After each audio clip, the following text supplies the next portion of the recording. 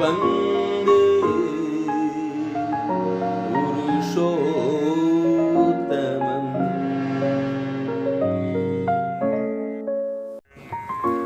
परम प्रेममय श्री श्री ठाकुर श्री चरण रे मोर अनंत कोटि भक्तिपूर्ण प्रणाम। परम पूज्य पाद श्री श्री आचार्य देव श्री चरण रे मोर अनंत कोटि भक्तिपूर्ण प्रणाम। जो समस्त दादा और माँ माने मोर भिडियोटी देखुछंती सुनिछंती उपभोग करिछंती समस्तंकर यथास्थान रे प्रेम प्रीति भल पाइबा भक्ति श्रद्धापूर्ण रानंदित जयगुरु और प्रणाम जनाए। आशा करे समस्ते भलरे अछंती एवं से मंगलमय को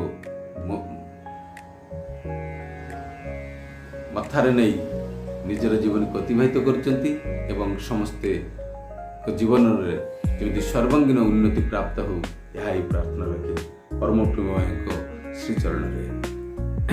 आज मु पत्थर कौड़ी पुस्तक गोटे बाणी पाठ कर शुणेबी।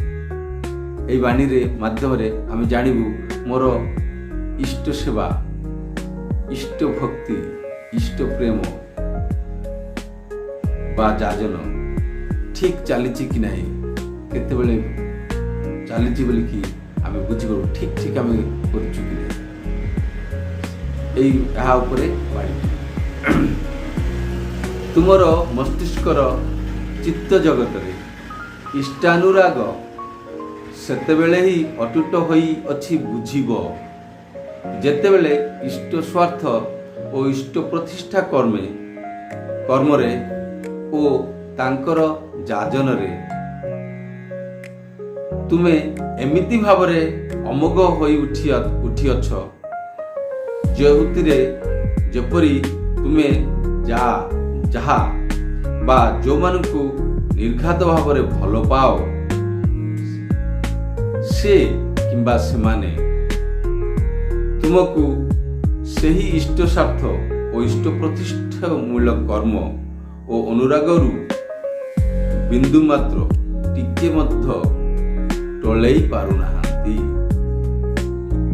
पारुनाही आउ सेतेबेले केवल तुमे आत्मस्वार्थ अनासक्ति और कर्म प्रभा समन्वित होई आनंदाशीषरे उन्नत फलर अधिकारी होई उठिब। बाणी संख्या 18 एठी आम मन मस्तिष्क जेतेबेले इष्टानुराग अटूट होई अछि इष्टक प्रति जो अनुराग भल पाइबा मोर अटूट होइछि सेतेबेले ही बुझी पारिबु जेतेबेले इष्ट स्वार्थ इष्ट प्रतिष्ठा मूलक कर्म ओ तांकर जाजन रे एमिति पागल पारा हेई उठिछु जो थिरे कि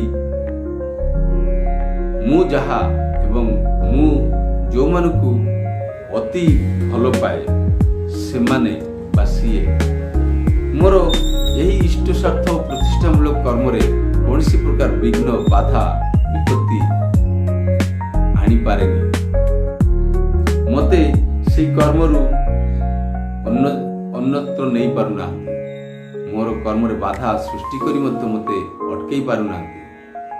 ठीक सेते बेले ही मोर जो आत्मस्वार्थ अनासक्ति अर्थात आत्मस्वार्थ निजर स्वार्थ प्रति मोर आसक्ति रहिबो नहीं अनासक्त हो आउ यह बदल कौन आसब कर्म करिवार जो प्रतिभा ताहा आनंदाशीष रूप से आमको उन्नत आड़ को नहीं जीव एवं फलर अधिकारी हो।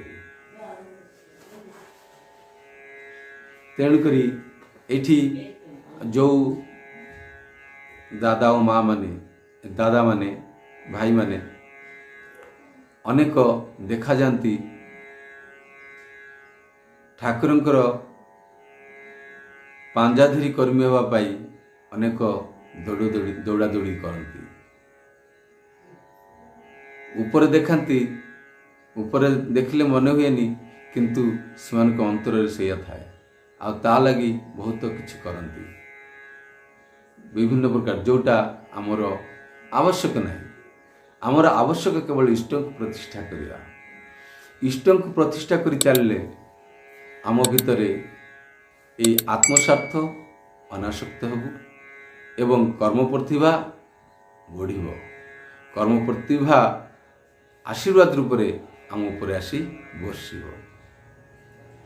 ତେଣୁ ଆମର ସମସ୍ତ ବୃତ୍ତି ପ୍ରବୃତ୍ତିକୁ ଅଗ୍ରାହ୍ୟ କରି ସେମାନଙ୍କୁ ଇଷ୍ଟ ସେବାରେ, ଇଷ୍ଟ ଅନୁରାଗ କର୍ମରେ, ଇଷ୍ଟ ପ୍ରତିଷ୍ଠାମୂଳକ କର୍ମରେ ବ୍ୟବହାର କରିବା, ଏହା ହିଁ ହେଉଛି ଆଜିର ବାଣୀର ମର୍ମାର୍ଥ ଏବଂ କଥା। ବିଶେଷ ଆଲୋଚନା କରୁନି, ଏତିକି ଏଇ ବାଣୀରେ ଏତିକି କହି ମୁଁ ବିରାମ ଦେଉଛି। ନେକ୍ସଟ ଭିଡ଼ିଓଟି ଆଣିବା ପର୍ଯ୍ୟନ୍ତ ମୋତେ ବିଦାୟ ଦିଅନ୍ତୁ। ଜୟ ଗୁରୁ, ବନ୍ଦେ ପୁରୁଷୋତ୍ତମ।